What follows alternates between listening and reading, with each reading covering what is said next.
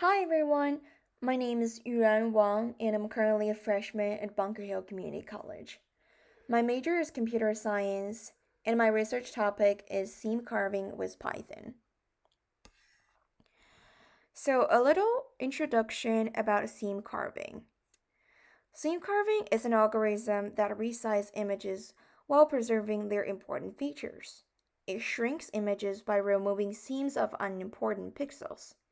It stretches images by replicating or interpolating important seams.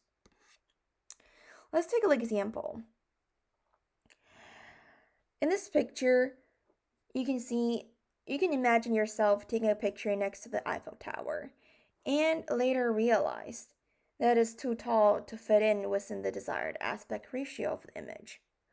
Traditional resizing techniques such as cropping or scaling would result in the loss of the top of the tower or distortion of the image. However, seam carving would selectively remove seams from areas of low importance, such as the sky, to shrink the image vertically while preserving the entire tower. The result will be a resized image that retained the important features of the original, including the entire tower, but it was a new aspect ratio that fits the desired dimension. And this technique can be really useful for a range of applications, including image retargeting for websites or social media, where images need to be resized without losing important content. And then let's take a look at the techniques used for seam carving. So the implementation started by computing the importance of each pixel in the image, which we call the energy of the original image, and then uses dynamic computing programming to find the optimal seams to remove or add based on this energy.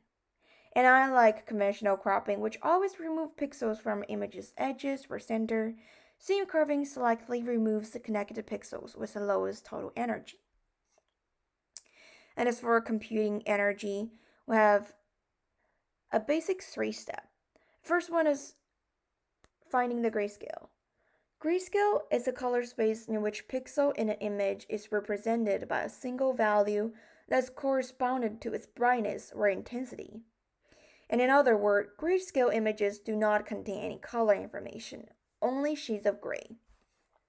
Second step is gradient magnitude. Gradient magnitude is a measure of how much the color or intensity of an image changes around a given pixel.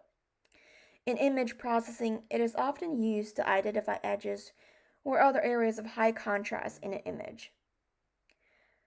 So, to compute the gradient magnitude of a pixel in an image, you will first take the gradient in x and y directions at the pixel.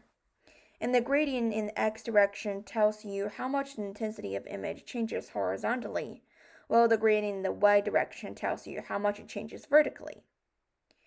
And then you can use filter, in this case, Sobel filter, to compute these gradients. So Sobel filter works by computing the difference between neighboring pixels in x and y directions, and combining these differences to get a single value for the gradient at each pixel.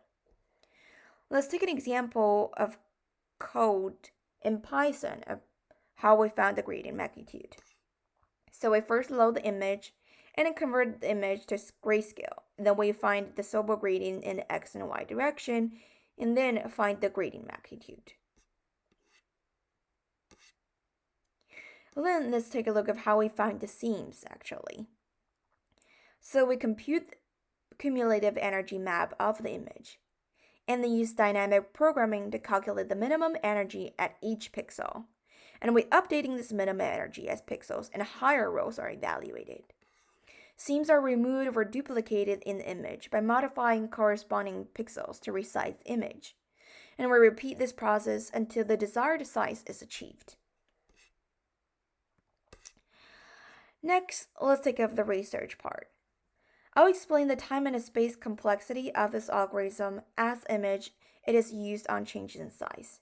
And I'll also compare the quality of the resized image produced by seam carving with those produced by scaling and cropping the same image.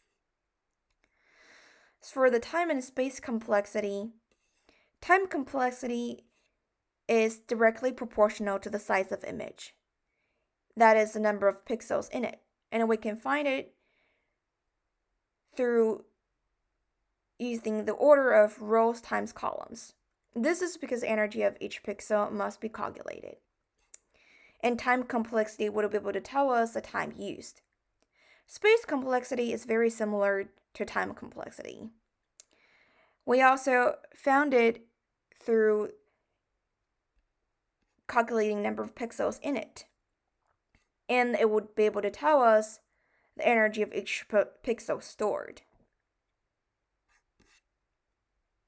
And then let's take a look at the comparison photos.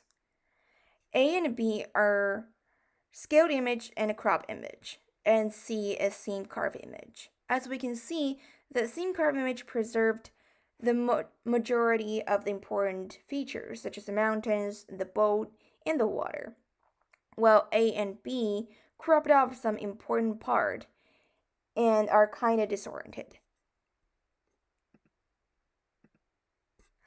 Last but not least, let's take a look at the real-world applications of seam carving. So, developers, researchers, and designers who need a resized image while preserving the features can efficiently use this implementation. And seam carving can also be extended to handle videos and other types of multimedia content, making it a versatile tool for content creators and editors.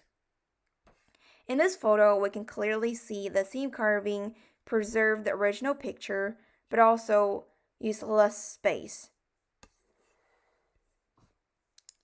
And I hope that seam carving can have a potential in the future to transform the field of image and video processing. And I also hope that my presentation will inspire interest in this area for many students and lead to further innovation in the field.